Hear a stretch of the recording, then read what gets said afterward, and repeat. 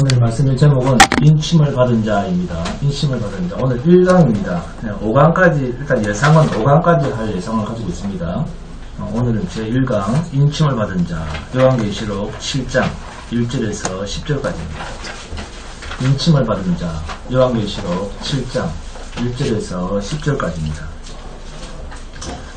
다 찾았습니까? 함께 봉독하도록 하겠습니다. 시작. 이일 후에 내가 내 천사가 땅 내 모퉁이에 선 것을 보니 땅의 사방의 바람을 붙잡아 바람으로 하여금 땅이나 바다나 각종 나무에 불지 못하게 하더라. 또 보면 다른 천사가 살아계신 하나님의 힘을 가지고 해 돋는 대로 올라와서 땅과 바다를 괴롭게 할 권세를 받은 내 천사를 향하여 큰 소리로 외쳐 이르되 우리가 우리 하나님의 종들의 이마에 인치기까지 땅이나 바다나 나무들을 해하지 말라. 내가 인침을 받은 자의 수를 들으니 이스라엘 자손의 각 지파 중에서 인침을 받은 자는 14만 4천이니 유다 지파 중에 인침을 받은 자가 1만 2천이요 루벤 지파 중에 1만 2천이요 갓 지파 중에 1만 2천이요 아셀 지파 중에 1만 2천이요 납달리 지파 중에 1만 2천이요 므낫세 지파 중에 1만 2천이요 시므온 지파 중에 1만 2천이요 레위 지파 중에 1만 2천이요 이사갈 지파 중에 1만 2천이요 스불론 지파 중에 1만 2천이요 요셉 지파 중에 1만 2천이요 베냐민 지파 중에 인침을 받은 자가 1만 2천이라. 이 후에 내가 우리 각 나라와 족속과 백성과 마을에서 아무도 능히 셀 수 없는 큰 무리가 나와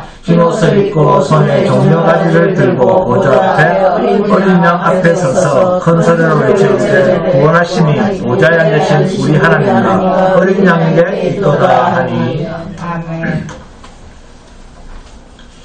계시록 6장 17절까지 읽고 바로 계시록 8장 1절과 2절을 읽어보시면 계시록 7장은 성도들의 안심, 성도들의 유안을 위한 글이라고 하는 것을 알 수가 있습니다.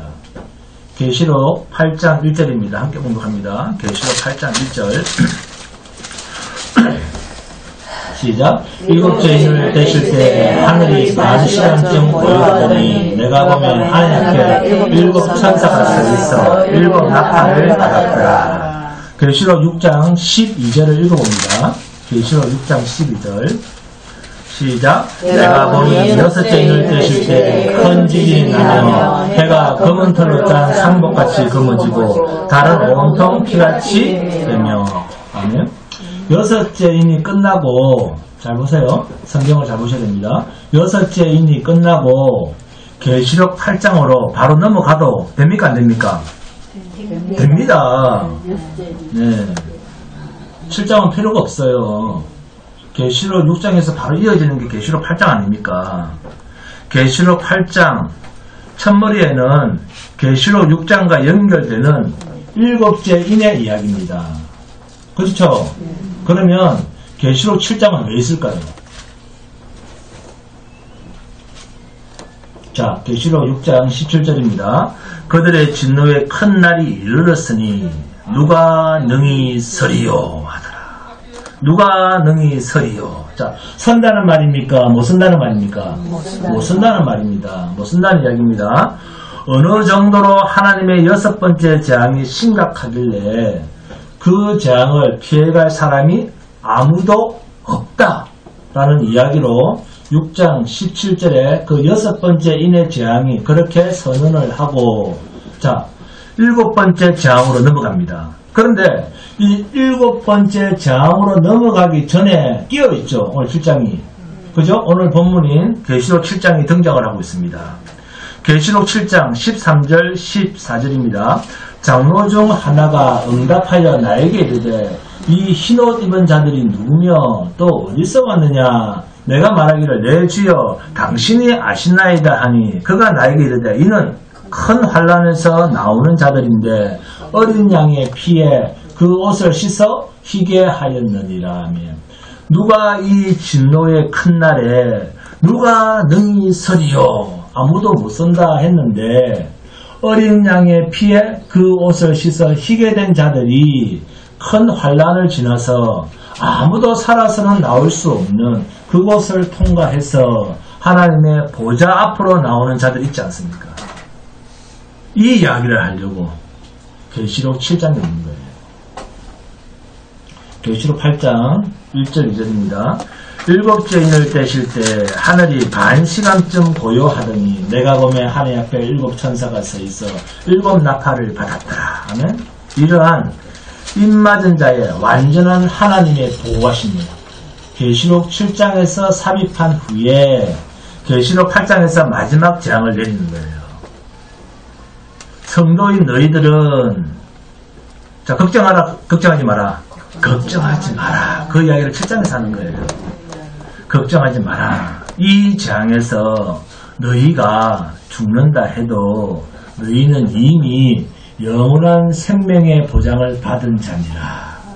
환난을 통과하고 어린 양 예수 그리스도로 말미암아 완전한 구원을 얻은 백성으로서 하나님의 보좌와 어린 양의 보좌 앞으로 나오게 되어 있는 엄청난 영적 권세를 가진 신분이라는 것입니다. 지금까지 확인한 첫 번째인가 여섯 번째인까지는 엄청난 전쟁과 기근과 질병, 세상에 있는 모든 자연을 통해서 하나님께서 재앙을 내리시는 그러한 이야기들이었습니다. 그런데 무엇으로부터 재앙이 시작이 되었는가? 라고 했을 때 네 종류의 말을 탄 자들로부터 시작이 되는 재앙들이었습니다. 이 재앙이 세상 끝, 십자가 사건 이후로 주님이 다시 오시는 그날까지 모든 시대를 막론하고 세상에 임하게 되어 있는 하나님의 재앙입니다. 그런데 이 재앙이 지금까지 여러분들이 듣기를 어떻게 들었습니까? 이 재앙을 우리 이방인 그리스도인들은 재앙을 직접적으로 받지 않고 모두 공중의 들림을 받는다. 이렇게 들어왔을 겁니다. 그래서 1992년 10월에 있었던 대국민 사기극 뭐죠? 다미 선교회의 휴거 사건이었습니다. 극단적 종말론자들의 행동들이었습니다. 그런데 이런 자들의 주장이 대한민국뿐만이 아니라 전 세계로 교회에서 특별하게 문제시하고 있지 않습니다. 왜 그럴까요? 듣기가 좋거든요. 이방인 그리스도인들은 하나님의 재앙이 있기 전에 미리 공중으로 들림받는다 그러거든요. 그런데 아닙니다. 우리가 죽을 때까지 이 모든 재앙, 여러분이 예수 믿는다고 재앙이 없었습니까? 고난이 없었습니까? 이방인에게 내리는 재앙을 신자도 다 받으면서 환난을 당하다가 눈물을 흘리다가 결국에는 죽임을 당합니다. 그런데 여러분, 성도도 똑같이 세상 사람들과 함께 환난을 당한다는 이런 계시록의 진리는 전혀 모른 채 다미 선교회나 이단들이나 세대주의자들이 주장하는 성도는 고난 없이 공중 들림을 받는다라는 말을 들으면 어느 쪽 사람의 말이 듣기가 좋습니까? 똑같이 고난 당한다고 주장하는 주한교회입니까? 환난 없이 공중 들림을 받는다라는 이단입니까? 재앙을 받지 않고 공중 들림을 받는다는 휴거가 듣기 좋은 말입니까? 아니면 재앙을 통과하고 환난을 통과하다가 심지어는 죽임까지 당한다. 그럼에도 예수님께서 죽임당한 후에 사망 권세를 깨뜨리고 부활하신 것처럼 성도도 그렇게 영광스러운 부활로 영원한 생명으로 하나님께서 우리를 살리신다. 부활시키신다. 자, 어느 쪽이 듣기 좋습니까? 솔직하게. 전자입니까? 후자입니까? 전자 아닙니까? 재앙 없이 환난 없이 축복받다가 공중에 들림을 받아 공중에 혼인잔치에 참여한다. 고생도 없고 고난이 없는 이야기거든요. 그러니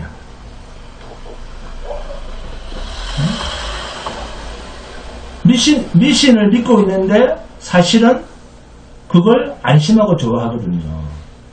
그러니까 모든 인간들이 하나님을 부르고 예수를 말하면서 이런 이단들과 세대주의자들의 무재앙, 고난이 없는 마지막 종말이라고 하는 매력에 쏙 빠집니다. 너무 듣기 좋은 말로 사람들을 현혹시키는 뭡니까? 또 야베스의 기도. 성경을 그렇게도 엉터리로 해석해서 책으로 냈는데도 불구하고 듣기에 너무 좋거든요.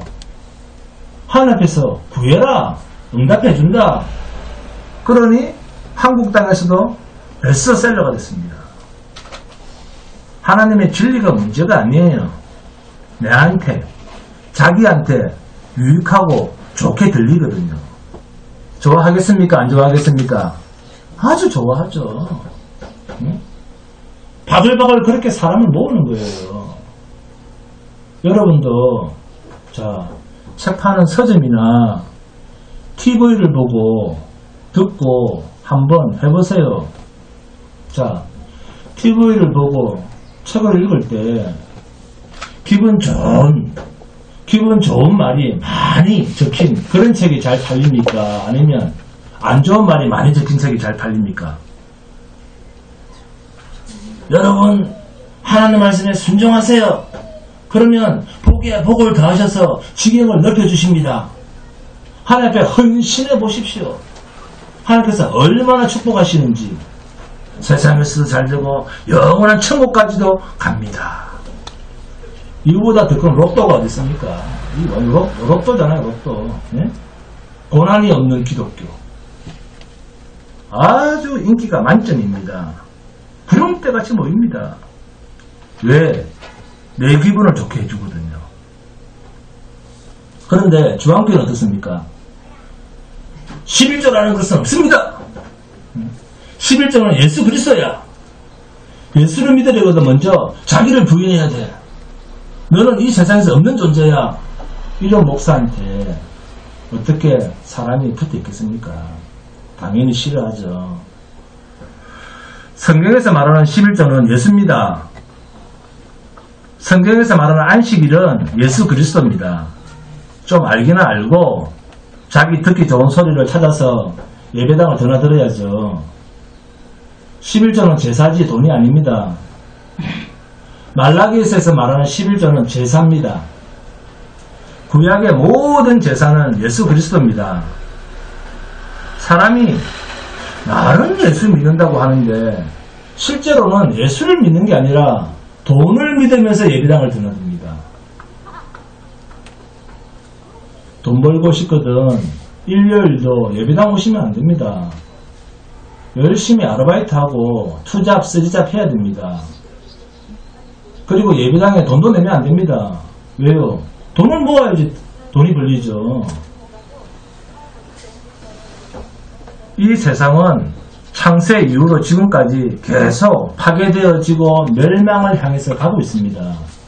문제는 이것이 세상 모든 사람에게 멸망, 죽음, 사망이라고 하는 뜻이라고 하는 것으로 가고 있는 사실인데 하나님이 택한 백성들에게는 이 재앙이 오히려 이 세상에서 하나님께서 구별하신 다른 백성 곧 신자됨을 드러내는 기회가 되고 또한 그 신자 개인에게는 새하늘과 새 땅에서 하나님과 영원히 함께할 죄가 없는 곳에서 영원히 하나님과 함께 살아갈 수 있는 조건과 인격으로 완성되어져 가는 기회가 된다는 것이 첫 번째와 여섯 번째 재앙까지 쏟아지는 그 재앙이 왜 성도가 이 세상에서 저들과 함께 당해야 하는가, 고난을 당해야 하는가에 대한 그 재앙 속에 묻혀있는 진리였다 그 말씀입니다.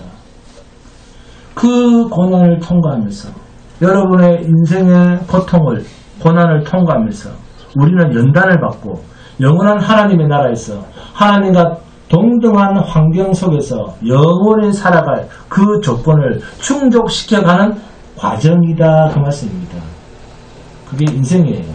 그래서 계시록 6장 11절을 보니까 각각 그들에게 흰 두루마기를 주시며 이르시되 아직 잠시 동안 시대 그들의 동무종들과 형제들도 자기처럼 죽임을 당하여 그 수가 차기까지 하라 하시더라. 종말은 그 수가 차기까지입니다. 모든 선지자가 다 순교자의 단열로 세상으로부터 죽임 당하기까지 그 수가 차기까지 하나님은 기다리고 계십니다.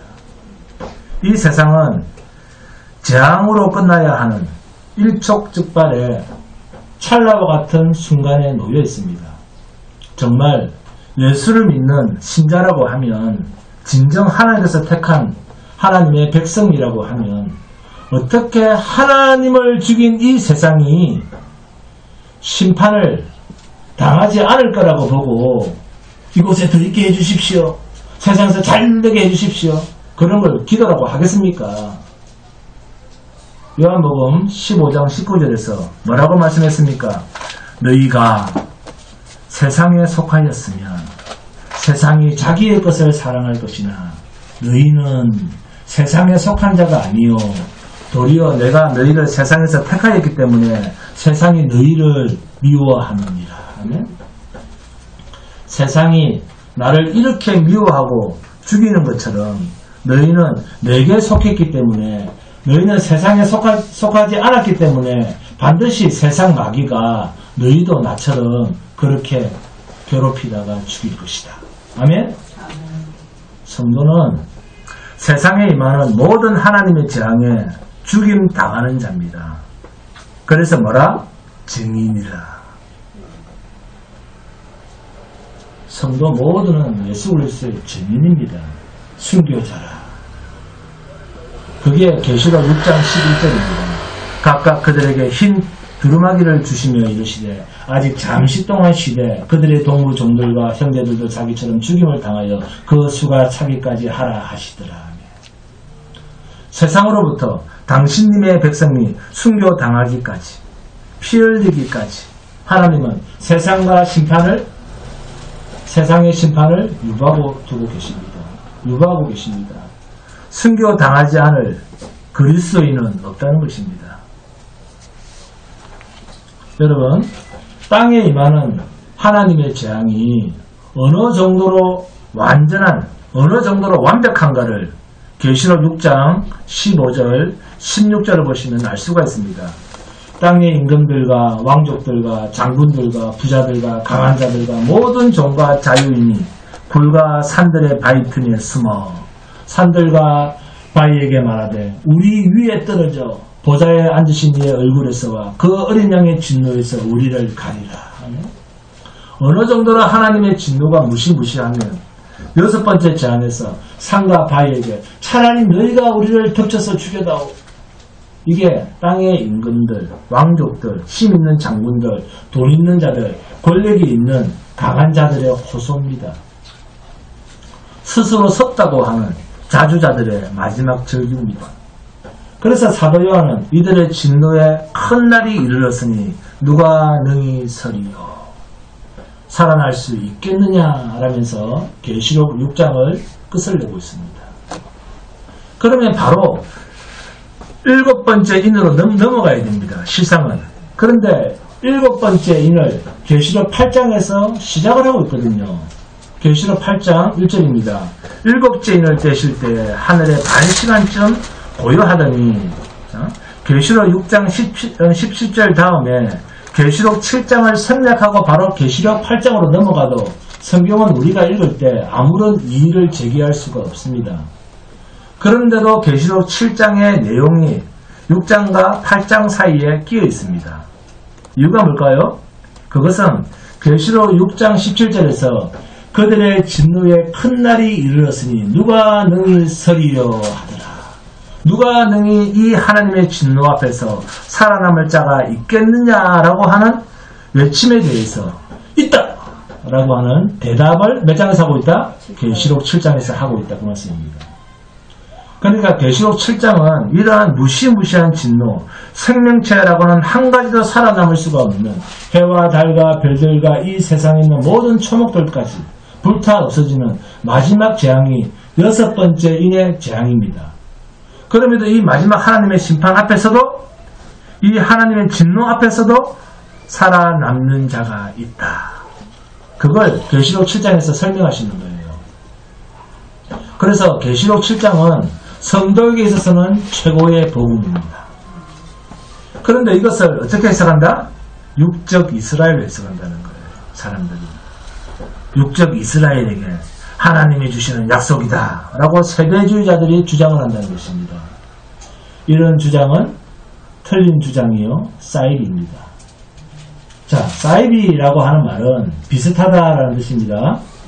그리고 이단이라고 하는 말은 공부를 한참 하다가 맨 끝에 가보니까 아니더라, 전혀 아니더라 라는 뜻입니다. 이게 이단이라는 뜻이에요. 잘 들으세요. 99%가 같고 1%만 달라도 이단입니다. 이단에는 영생이 없어요. 천국이 없습니다. 생명의 구원이 전혀 없습니다. 우리 정통교에서 말하는 이단이라고 하는 것은 구원이 없습니다. 즉 아무나 예수 믿는 게 아니다 그 말입니다. 여러분이 듣기 좋은 소리를 듣기 위해서 예배당을 나온다면 여기 오시면 안 됩니다. 설교를 중앙교회는 45분, 50분씩이나 하고 11조도 없다 그러고 절기도 안 지키고 절기도 없고 이런 교회 오시면 안 돼요. 구약에서 총회가 있었다고 구약을 따르고 총회장이라고 부르는 뭔가 교주가 식격화되어 있는 그런 곳으로 가야 됩니다.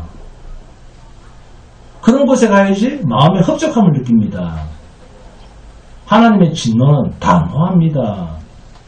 이 세상 그 누구 가장 권세 있는 자도 하나님의 진노 앞에서 견뎌낼 자가 없습니다. 그러나 하나님이 택한 백성, 예수 그리스도의 피로 세운 교회, 하나님이 보호하시는 인치신 자, 그들은 반드시 그런 재앙에서도 살아납니다. 이 이야기가 계시록 7장의 주제입니다. 계시록 7장은 이방인 그리스도인들이 공중에 들림받아서 혼인잔치에 참여한다 이런 세대주의자들의 주장처럼 거짓말로 이 재앙을 피해가는 것이 아니라 하나님은 당신님이 피로 사신 교회가 어떻게 세상으로부터 이러한 마지막 진노가 쏟아짐에도 불구하고 어떻게 그들은 당당하게 영원한 생명으로 나아가는가에 대한 이야기를 계시록 7장에서 하고 있습니다. 계시록 7장은 복음 중에 복음이요 소망 중에 소망이요 능력 중에 능력의 말씀이 계시록 7장입니다. 계시록 7장 1절과 9절 함께 공부합니다. 1절과 9절 함께 공부합니다. 계시록 7장 1절과 9절 시작. 이 후에 내가 내 천사가 땅 내 모퉁이에 선 것을 보니 땅의 사방의 바람을 붙잡아 바람으로 하여금 땅이나 바다이나 각종 나무에 불지 못하게 하더라. 9절. 이 후에 내가 보니 각 나라와 족속과 백성과 방언에서 아무도 능히 설 수 없는 큰 무리가 나와 흰 옷을 입고 손에 종려가지를 들고 보좌 앞과 어린 양 앞에 서서 아멘. 자, 1절과 9절 앞에 2일 후에라고 하는 것에 동그라미를 칩니다. 2일 후에라는 말이 동그라미를 치세요. 1절과 9절이 있습니다. 2일 후에 1절에도 있고 9절에도 2일 후에라고 이야기를 하고 있습니다.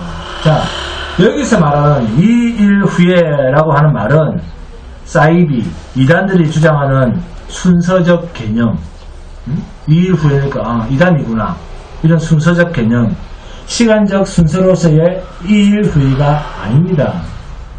그러면 뭐냐? 하나님께서 사도 요한을 밤모섬에서 영적 세계로 인도하셔서 여러가지 환상을 보여주시는데 그 보여준 환상들을 사도 요한이 글로 순서적으로 쓴 것뿐입니다. 어떤 환상이 여러 가지로 쫙 펼쳐져 있으면 여러분 한꺼번에 그걸 다 기록할 수가 없잖아요. 그냥 자기 눈에 보이는 대로 순서대로 쓴 거예요. 네?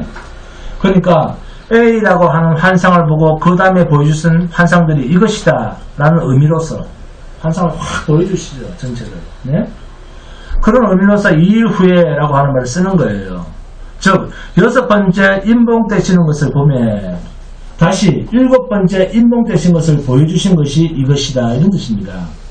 그래서 시간적 순서로서 2일 후에라고 접근해서 성경을 보시면 절대로 안 된다는 거예요. 왜? 세대주의자들이나 사이비나 이단들은 거의 계시록을 문자적으로 시간적 순서로 보고 여기에 등장하는 12지파는 육적 이스라엘이다. 즉 유대 땅에 있는 12지파들에게 도장을 찍어주는 인을 치는 장면으로 적용을 합니다. 이들은. 그러니 40만 명이나 되는 그 별천지, 우리나라에서 되게 별나죠. 예? 조용히 자기들끼리 모여서 예? 무당짓을 하면 되는데 참 별짓 합니다. 예? 별나게도 합니다. 별나게도.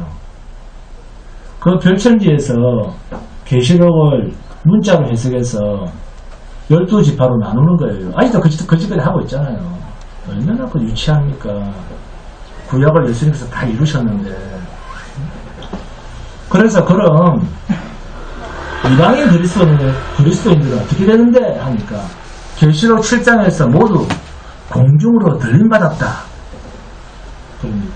만약 그들의 말이 참이라면 이방인 그리스도인인 저와 여러분은 우리는 이방인이에요.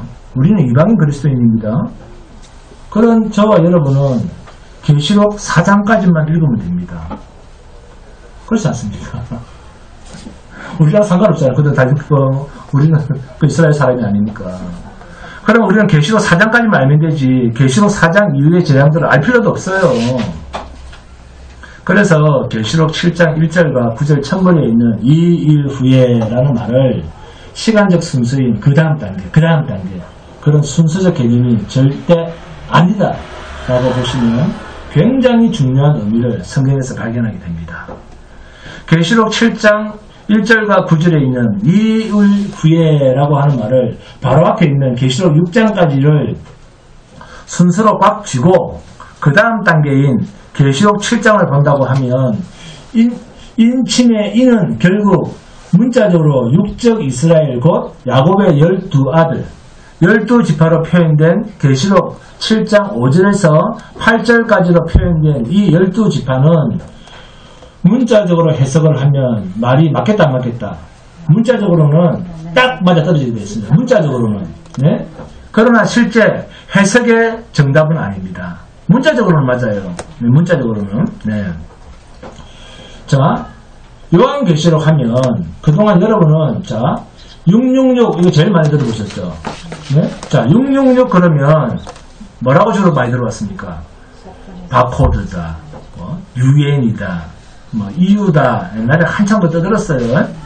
그다음 칩이다, 천주교다, 천주교 교황이다 이런 말을 많이 들었을 것입니다. 이것이 전부 세대주의자들, 이단들이 내놓은 해석들입니다. 666을 그런 숫자로 과학적으로 시대적으로 해석하려고 하는 그 자체가 성경을 문자적으로 해석하려고 하는 이단들의 작품들이에요. 전혀 그렇지 않습니다. 정통교회, 장로교 정통교회 역사가 6,000년입니다. 6,000년의 역사의 성경 해석이 있어요. 얼마나 출중한 인물들이 선지자들부터 사도들까지 얼마나 많았습니까? 그런데 어느 날 갑자기 1900 몇 년도에 생긴 것들이 나가서 해석한다고 설치되는 것들을 따라간다는 그 자체가 재앙입니다. 재앙. 그 사람은 영혼을 잃어버린 거예요. 영혼을 잃어버린 재앙보다 더 큰 재앙이 없습니다. 죽어서 지옥 가는 것보다 더 큰 재앙이 없어요. 사실은. 본문 7장 1절을 다시 한번 봉독합니다. 본문 7장 1절입니다. 시작. 2일 후에 내가 내 천사가 땅 내 모퉁이에 선 것을 보니 땅의 사방의 바람을 붙잡아 바람으로 하여금 땅에나 바다에나 각종 나무에 불지 못하게 하더라. 내 천사가 자보세요. 내 천사가 땅 내 모퉁이에 선 것을 보니 땅의 사방의 바람을 붙잡아. 그러면서 땅 내 모퉁이에서 붙잡은 땅의 사방의 바람을 붙잡았다라고 하는 이 내 바람이란 무엇입니까? 자, 구약 1317페이지 봅니다. 구약 1317페이지. 구약 1317페이지입니다. 스가랴서 6장 1절에서 5절까지입니다. 함께 공부합니다. 스가랴서 6장 1절에서 5절입니다.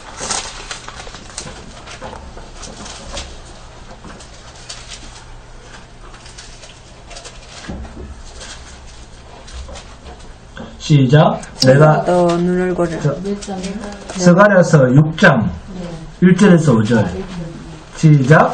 내가 또 눈을 들어본즉 내 병거가 두 산 사이에서 나오는데 그 산은 구리 산이더라. 첫째 병거는 붉은 말들이, 둘째 병거는 검은 말들이, 셋째 병거는 흰 말들이, 넷째 병거는 어룽지고 건강한 말들이 되었는지라. 내가 내게 말하는 천사에게 물어 이르되 내 주여 이것들이 무엇입니까 하니 천사가 대답하여 이르되 이는 하나님의 내 바람인데 온 세상에 주 앞에 서 있다가 나가는 것이라 하더라. 아멘. 천사가 대답하여 이르되 이는 하늘의 뭐라? 내 바람이라. 이것들이 뭡니까? 하니까 하늘의 내 바람인데 온 세상에 주 앞에 서 있다가 나가는 것이라. 온 세상에 바람을 불어서 완전한 재앙을 날리려고 하는 그 바람이 누구냐 하고 보니까 붉은 말, 검은 말, 흰 말, 어룽지고 건강한 말, 이 네 말들이 계시록에서 언급한 네 바람에 대한 이야기입니다. 지금까지 재앙을 내리던 그 말들이 스가랴서에서 나오는 이야기입니다. 그런데 이 말들이 계시록 7장으로 와 보니까 재앙을 내린다고 계시록 6장까지 되어 있는데 계시록 7장으로 와 보니까 재앙이 내리기 전에 자 붙잡혀 있습니까? 어떻게 되어 있습니까? 이 네 말들이 붙잡혀 있습니다. 계시록 6장까지는 재앙이 선포되고 있습니다. 그런데 계시록 6장과 7장을 연결해서 보니까 하나님께서 자기 백성들에게 인을 치시는 계시록 7장의 그 인치심의 작업, 그 인이 끝나야만 첫 번째 인부터 일곱 번째 인까지의 재앙이 일어나는 거예요. 뭐가 없으면 재앙이 일어나지 않는다? 인침의 역사가 일어나지 않는 재앙이 없는 거예요. 스가랴서 6장 5절로 보니까 네 말들인데 온 세상에 주 앞에 서 있다가 나가는 것이라. 계시록 7장 1절에는 이 일 후에 내가 내 천사가 땅 내 모퉁이에 선 것을 보니 땅의 사방의 바람을 붙잡아 바람으로 하여금 땅이나 바다에나 각종 나무에 불지 못하게 하더라. 아멘. 이 네 말 탄 자들이 붙잡혀 있습니다. 무엇 때문에 붙잡혀 있습니까? 자, 계시록 7장 2절과 3절입니다. 또 봄에 다른 천사가 살아계신 하나님의 일을 가지고 해 돋는 데로부터 올라와서 땅과 바다를 해롭게 할 권세를 받은 네 천사를 향하여 큰 소리로 외쳐 이르되 우리가 우리 하나님의 종들의 이마에 인치기까지, 그죠? 땅이나 바다나 나무들을 해하지 말라 하더라. 그러니까 이 네 말탄 자들이 재앙을 가지고 나갈 수 있는 말입니까? 아직도 못 나가고 있습니까? 인치기까지 못 나간다는 거예요. 인치기까지는. 계시록 7장에 있는 하나님께서 이 인치시는 사건이 일어나야지 재앙이 나갈 거 아닙니까? 이 인치심의 작업이 끝나야지. 네? 이 계시록 7장에 대한 이해가 바로 서야지 여러분이 이단들과 저 별천지들 있잖아요. 그 다음에 그 세대주의자들이 주장하는 재앙의 시간적 순서 1차, 2차, 3차, 4차 스텝 바이 스텝으로 그런 것이 아니다라고 하는 것을 그들과 이야기를 나눌 수가 있습니다. 계시록 7장을 이해하기 위해서 스가랴서 6장 1절에서 5절을 보니까 하나님의 종들의 이마에 하나님께서 인치시기까지는 붉은 말, 검은 말, 흰 말, 어룽지고 건강한 말, 세상에 재앙을 내리는 이 네 말들이 재앙의 바람으로 내려갈 사역을 할 수 있다 없다? 할 수 없다는 거예요. 하나님의 인치심이 끝나야 재앙을 내리러 세상으로 가는 거예요. 그러니까 계시록 7장 1절에 이 일 후에라는 말이나 계시록 7장 9절에 이 일 후에라는 시제에 대한 이야기가 그 다음 단계로 일어날 순서대로 일어날 일로 보면 된다 안 된다? 안 된다는 이야기입니다. 계시록 7장은 계시록 6장에 있는 재앙들을 지금은 시행하지 못하도록 풀어내는 이야기입니다. 순서로 따진다면 계시록 7장이 계시록 6장보다 먼저 앞에 나와야 할 이야기다 그 말이에요. 사실은. 응? 계시록 7장에 이런 이야기가 나왔죠. 네? 계시록 7장에서 지금 이런 이야기가 나왔죠. 자, 계시록 9장, 계시록 11장, 계시록 13장 이렇게 읽을 때마다 중간중간에 이런 이야기가 계속 나옵니다. 계시록 7장 3절입니다. 이르되 우리가 우리 하나님의 종들의 이마에 인치기까지 땅이나 바다나 나무들을 해하지 말라 하더라. 재앙을 내리지 못하게끔 붙잡혀 있습니다. 그러면 계시록 7장 1절과 9절에 있는 이 일 후에는 이 재앙들의 이전의 사건들입니까? 이후의 사건들입니까? 이전의 사건들입니다. 계시록 6장과 8장 사이에 하나님께서 인을 치시는 계시록 7장을 등장시키신 이유는 하나님께서는 당신님의 백성들을 인치기까지 확실하게 보호하시는 분이니까 너희들은 제발 세대주의에 빠지고 별천지에 빠지고 이단에 빠져서 휴건이 하는 그런 허무맹랑한 소리에 현혹되지 말고 세상에서 내가 당한 고난을 너희도 당하며 살아라. 아멘? 고난 이야기만 나오면 아멘 안 하잖아요. 이 이야기로 우리에게 주신 말씀입니다. 자, 그런데 계시록 7장 3절에서 인친다는 말이 나오죠. 인친다는 말이 나옵니다. 이 인침의 바른 뜻을 알기 위해서 자, 신약에서 두 군데만 찾아봅니다. 자, 에베소서 봅니다. 에베소서 1장 13절에서 14절입니다.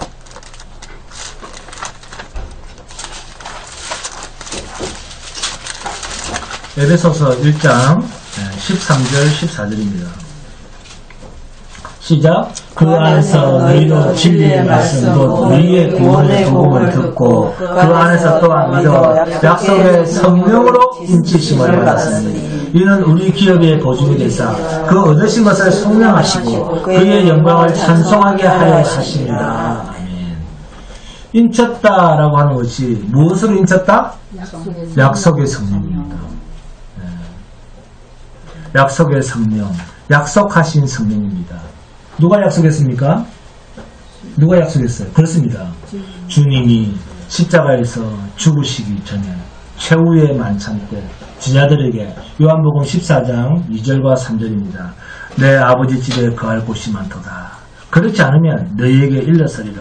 내가 너희를 위하여 거처를 예비하러 가노니 가서 너희를 위하여 거처를 예비하면 내가 다시 와서 너희를 내게로 영접하여 나 있는 곳에 너희도 있게 하리라 하시는 이 말씀이 26절로 내려가 보시면 보혜사 곧 아버지께서 내 이름으로 보내실 성령 그가 너희에게 모든 것을 가르치고 내가 너희에게 말한 모든 것을 생각나게 하리라.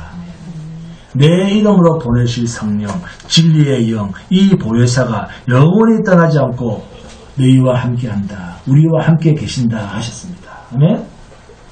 그리고 고린도후서 1장 봅니다. 고린도후서 1장 21절 22절입니다.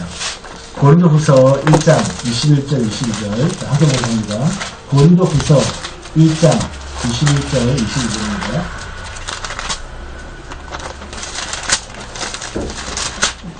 고린도후서 1장 21절 22절. 자, 어떤 방법으로 인을 치는지, 인을 친다는 일이 어떤 의미인지 봅니다. 시작. 우리를 너희와 함께 그리스도 안에서 굳건하게 하시고 우리에게 기름을 부으시는 하나님이시니 그가 또한 우리에게 인치시고 보증으로 우리 마음에 성령을 주시느니라. 인치고 보증으로 뭘 줬다고요? 성령을 주셨습니다. 인치시고 보증으로 무엇을 주셨다? 성령입니다. 그러면 하나님께서 우리를 인치셨다는 그 보증서는 뭐다? 성령입니다. 할렐루야. 그러면 인쳤다는 말이 무슨 말이냐? 이 사람은 내 것이다. 아무도 건드리지 못한다. 이 사람에게 확실하게 내 약속에 성령을 담았어. 성령이 그 보증이야 라는 의미가 인을 쳤다는 뜻입니다. 그러면 어떤 보증서인지 이 보증이 어떤 보증인지 자 확인하겠습니다. 요한계시록 9장 4절입니다. 요한계시록 9장 4절. 그들에게 이르시되 땅의 푸른 것이나 각종 수목은 해하지 말고 오직 이마에 하나님의 인침을 받지 아니한 사람들만 해하라 하시더라. 아멘. 하나님의 인침을 받은 자는 세상의 어떤 재앙에서도 해함을 당하지 않는다라고 하는 포인트입니다. 그러면 이걸 또 문자적으로 말 읽고, 그런 모든 재앙이 내려도 우리는 재앙을 안 받을 것 아닙니까? 편안하게 살 것 아닙니까? 이런 사람들이 있는데 그런 말이 아니고, 하나님께서 모든 재앙을 내렸는데 성도도 그 모든 재앙을 다 받았는데, 그래서 세상은 다 심판 아래로 갔는데 성도만은 그 심판에서 살아난다. 성도는 영원한 사망, 영원한 저주로 가지 않는다, 그 말씀입니다. 이게 성령으로 인쳤다는 뜻이요. 출애굽기에서 있잖아요. 죽음의 사자가 넘어간 뭐죠? 그렇습니다. 오바패스함. 하나님의 재앙이 넘어갈 때 문설주에 어린 양의 피를 바른 흔적, 그 흔적과 같은 의미가 신약으로 보니까 뭐다? 성령의 인침이라는 거예요. 문설주에 어린 양의 피를 바른 거나, 네? 신약으로 넘어와서 성령으로 인쳤다는 말은 같은 의미라는 거예요. 네? 이게 성령의 인침입니다. 흔적이에요. 네? 사망의 재앙이 그냥 넘어갔다. 네? 영적 유월절이 성도에게는 있다, 그 말이에요. 네? 사망을 당하지 않으니까. 그죠? 인침을 당한 자는. 그러니까 죽음에 살다가 지옥으로 안 들어가가지고 넘어갈 거 아닙니까? 네? 문설주에 발랐던 그 어린 양의 피, 예수 그리스도의 피가 우리 안에 있다, 그 말씀입니다. 할렐루야. 그러니까 얼마나 당당합니까? 울 필요가 있다, 없다? 안군자 이사님, 울 필요가 있다, 없다? 없습니다. 오히려 나를 학대하는 자가 불쌍한 거예요. 저러다가 지옥 가겠지. 언제까지? 영원히. 무서운 말입니다. 영원한 지옥, 무서운 말이에요. 성령의 모습으로 하나님의 재앙은 그 죽음의 저주로부터 성도를 몰아가실 수 없다. 이게 하나님이 약속하신 인이라는 뜻입니다. 자, 그러면 예수 그리스도의 피의 역사가 우리 안에 있는가 없는가? 자, 확인하겠습니다. 요한계시록 14장 1절입니다. 함께 봅니다. 요한계시록 14장 1절입니다.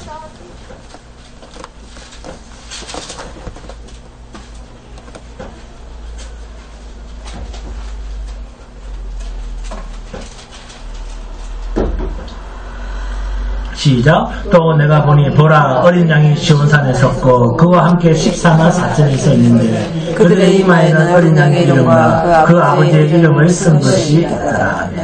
나와있죠, 그죠? 그들의 이마에는 어린 양의 이름과 그 아버지의 이름을 쓴 것이 있다. 누가? 14만 4천의 인받은 자, 바로 성령으로 인침을 받은 자라고 분명히 말씀하고 있지 않습니까? 세상의 모든 재앙 가운데서도 안전하게 보호받는 자들, 죽음의 사자가 우리를 넘어가 버리게 되는 영적 유월절을 경험하고 있는 자들, 이게 바로 하나님의 인이고 하나님의 보호하심이고 성령의 내주하심이고 성령의 인도하심이고, 완전히 불타버리는 이 세상에서도 영원한 새하늘과 새 땅으로 들어갈 수 있는 약속의 보증을 받은 자들, 이게 14만 4천이라는 거예요. 그래서 마태복음 24장 5절에서 14절을 보시면 예수님께서 엄청난 환란이 성도들에게 미치겠다라고 말씀하시면서 13절과 14절에서 그러나 끝까지 견디는 자는 구원을 얻으리라. 이 천국 복음이 모든 민족에게 증언되기 위하여 온 세상에 전파되리니 그저야 끝이 오리라. 이 천국 복음이 모든 민족에게 증언되는 그 모습이 뭐라고요? 천국 복음이 모든 민족에게 증언되는 그 모습이 어떤 모습입니까? 끝까지 환란을 견디고 죽음 앞에 놓여지는 순교자적 삶을 사는 자들이 증인이요 증언되고 있는 모습입니다. 이렇게 하나님은 당신님의 백성들에게 진노의 바람, 완전한 재앙의 바람이 세상에 불어도 하나님은 당신이 택한 백성들은 한 명의 낙오자도 없이, 그리고 한 명의 낙오자도 없게 하기 위해서 그 재앙의 바람이 불기 전에 먼저 무엇으로? 재앙이 닥치기 전에 먼저 무엇으로? 성령으로 인을 치셔서 하나님의 구원의 약속을 성령에 담아 두시겠다. 이게 계시록 7장 이야기입니다. 전체적인 개념을 이제 알겠습니까?